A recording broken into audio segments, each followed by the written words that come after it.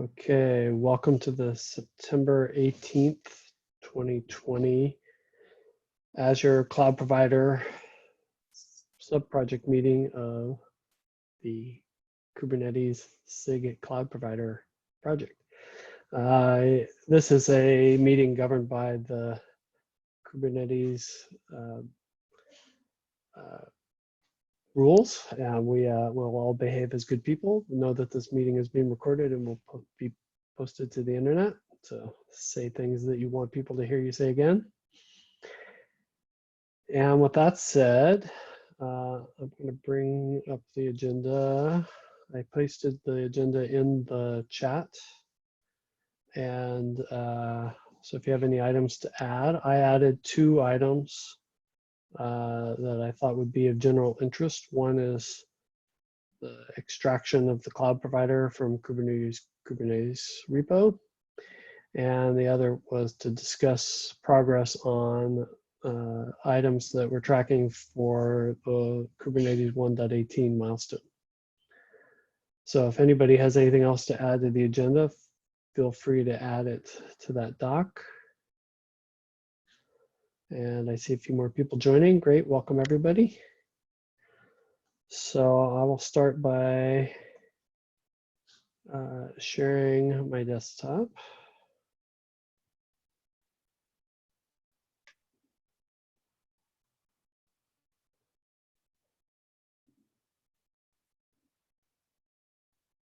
And we'll take a look at the project board. So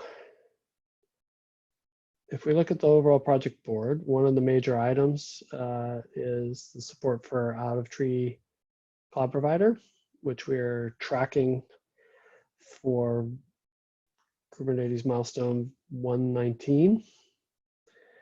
If we take a look at that, I want this to be an interactive session, so people please raise issues as we go along. This is all about pulling the cloud provider out of the KK repo. And there's a lot of work ongoing related to this. The issue itself doesn't have a whole lot of detail. The main details are actually tracked in separate issues. So the first and foremost one is this external Kubernetes dependencies. So we can't pull the provider out of Kubernetes out of KK until all of these issues are resolved. The number one issue is that with the Cloud Controller Manager, the API call pattern to Azure changes significantly. And so many items have been contributed to address this. And more changes are going into 118 to improve the way in which the Cloud Controller Manager behaves with respect to the Azure APIs.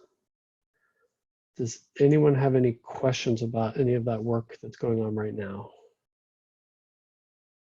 Do we have all of the sort of code repository boilerplate taken care of? Do we know where this code is going to land? And so I think the answer to that is that it lands in the Kubernetes SIG's cloud provider Azure repo. Got it. And anybody who knows better can speak up and correct me.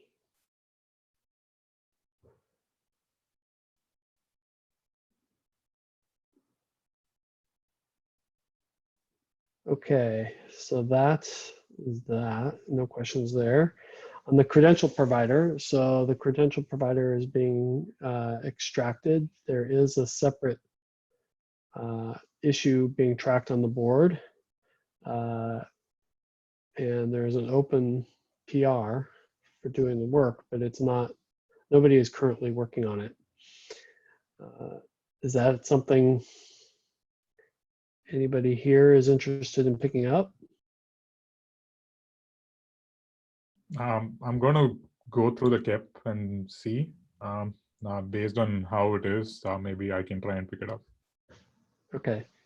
Well, we were talking earlier and you picked up another issue. I'm worried about you picking up too many initiatives.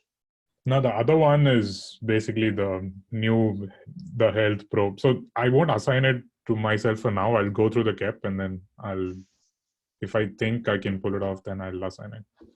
Okay. Appreciate that. Yeah. Thanks, Anish. Anybody else have any questions or comments about the credential provider?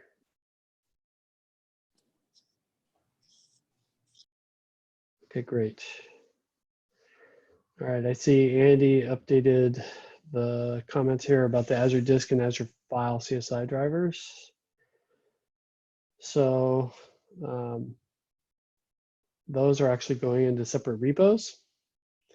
The work on the CSI on Windows is ongoing. I know that both Andy and KK have made some contributions in these areas. I don't have a whole lot of detail. Does anybody want to speak to these or can speak to these in this meeting or have questions about it? Nope. I think those line items seem appropriate because I'm not aware that there is a working implementation yet. So make it work seems to be the next step.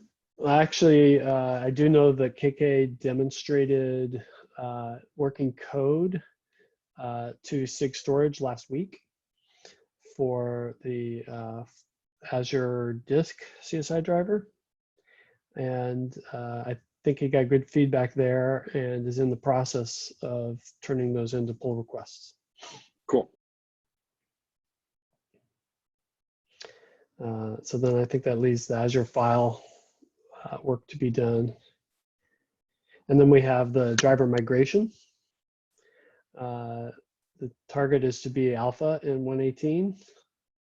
And I don't have a whole lot of detail there. I think since Andy isn't on, he's the one driving those.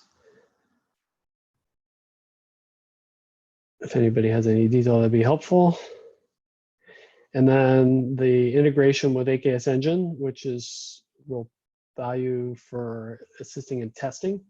That integration was completed. It's interesting, it was filed as a bug and not a feature. But that's done. Any comments on that, anyone? Okay, great. And then if we just jump ahead, it doesn't look like there have been any recent updates to this issue in comments. So I think we're good there. So yeah, this looked pretty dire about 3 months ago, and now I think it's looking very tractable. I'm very happy to see that. So this is the issue for tracking the CSI driver migration that we just discussed. Tracking for 119. So that's essentially the work for the cloud provider extraction. I think we're on target. So then the other item I had on the agenda was to discuss what's in milestone 1.18. So if we filter our board for that, we just see the issue we just went through, and in progress, there's a lot of work going on to support large clusters without throttling.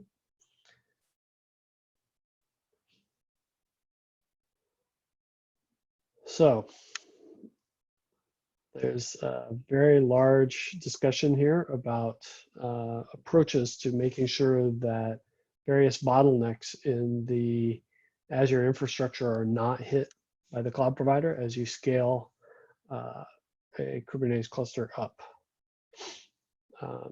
And various approaches to reducing those bottlenecks so that the cluster can scale. And many of these work items are actually now complete, and much of the code is now checked into 118. Some of it has already been cherry picked to various patch releases for prior versions of Kubernetes. And additional work is ongoing right now. The latest issue that has been discovered has been around challenges when you scale up clusters and use internal load balancers within Azure. And Actually, it's not internal. It's any not the load balancer. ILB, it's NELB. Thank you, Jack. So we just discovered it specifically on clusters that were using the internal load balancer configuration. Okay, thanks for that clarification. Can someone who knows more than I about the resolution that's being undertaken right now speak to that? I know Anish and Jackie both been involved in that. I think Anish, you can give a quick summary of what's going to land in 118. It's worth pointing out that 118 freezes in 2 weeks, so Yeah. I would expect that this checklist that Heng Fei has prepared, plus Anish's fixes, is probably going to be inclusive of everything that lands in 118. Yeah. Yeah, so basically as a short-term fix in 118, we are going to introduce some delays instead of making all the VM instance updates concurrently. And the PR has been approved and it's being in the process. So it's in the process of being merged. And after that, the short-term fix would then gradually get cherry-picked until 1.15. And once that is done, the long-term fix in 1.18 is when we have multiple VM instances that we want to update, the update request would be sent sequentially. And once all the sequential update requests are done, we would wait concurrently for all the updates to get complete. So that way we won't have any conflicts by sending multiple requests at the same time. And the reason that this change would only be in 118 is because the way the clients have been rewritten in 118, this can be done, but it's big enough that it cannot be cherry-picked to older versions. So the short-term fix will be applicable for 1.15, 16, and 17. And from 1.18, we would start doing it this way. Anish, can you clarify, will the 118 specific fixes land in 118.0? Like, will those land before March 5th? Yeah, it will. Cool. Yeah. Fantastic. Anybody else have questions or comments about this? I wonder if it's worth kind of clarifying, since we're being recorded for the record, that what you observed about fixing load balancer for versions prior to 118, Anish, I wonder if that is going to apply more generally. So if we can expect that there will be fewer cherry-picked fixes to the cloud provider for these kinds of changes due to the client refactor that happened with 118. Yes, that makes sense. Like, because there's been a major refactor in terms of the way the clients are implemented, and also a lot of the caching logic, because of which not everything that can be done in 118 can be cherry picked. But I think for this particular problem, we have found a way to have it implemented in 118 and also cherry picked in previous versions. But I mean, going forward, I think that's something that is not always an option. Right. So that's probably just a little bit of something to keep in mind, that going forward, it's going to be harder and harder to incorporate iterative changes into versions prior to 118, even when they're within the cherry pick window of the N-3 release cycle. Yeah. Yeah. So we have to hope that this mitigation does a decent job for a while. Okay, great. Thank you.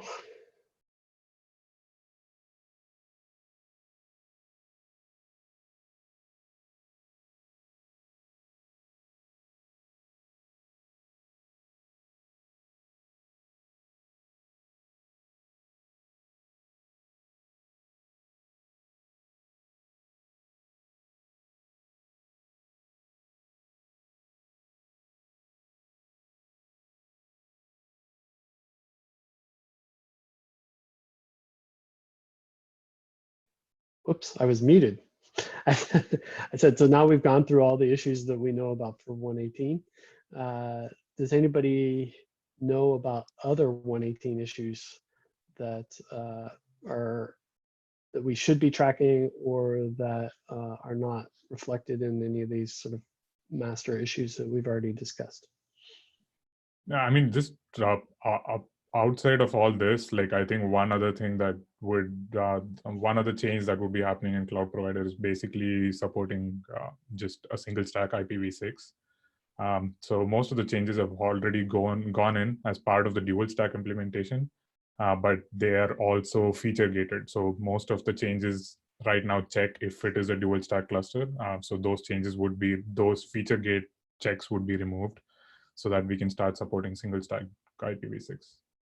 That's great. Should there be an issue that we're tracking in the backlog to understand or to be aware of when and how that happens and what testing we should be doing around that for the cloud provider? I can open an issue basically with the list of items that needs to be done. That'd be great. Thanks, Anish. Sure.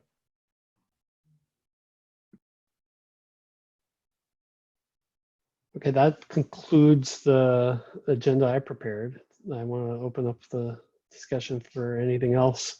One thing I would like to maybe throw out there is, since we're nearing the close of 118 work, we could start talking about what we want to try to accomplish in 119, for example. But I'd like to open it up to other folks.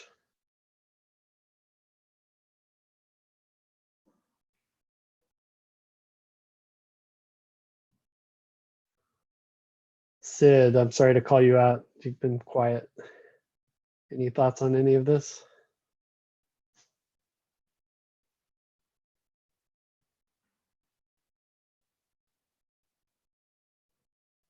You're muted if you're trying to talk. And if you're not, that's okay. We can move on. I'm gonna stop sharing. How do I? Because I see there's a chat. Oh, he has a technical problem. Bluetooth doesn't work. Okay. No problem. We understand that issue. Feel free to type any comments or anything you want to add there. Okay, so if nobody else has other issues, then I'd like to chat about what are folks' priorities for 119. I know one of the things that I would like to see, and I know that there's actually an issue in the backlog about benchmarking and performance testing. I'd like to see 119 be the release where we are successfully working out of tree entirely, and where we have reliable performance benchmarks. That's sort of the theme that I would like to propose. I'd like to hear what other folks think.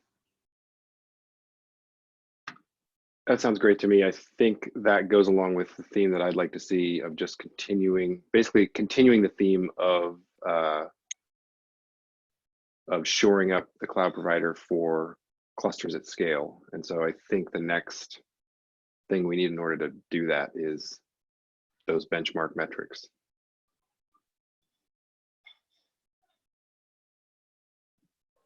Cool. That was easy. Kalia, Rita, thoughts, things you want to add, modify? No, I think that's aligned with the kubemark stuff too as well, right? I think that's what you're thinking of. Oh, exactly. Yes, that will give us a baseline. I think we should have a reliable characterization of the entire cloud provider by the 119 end. And then for 1.20, I think it's reasonable to try to set some targets for where and how we should improve.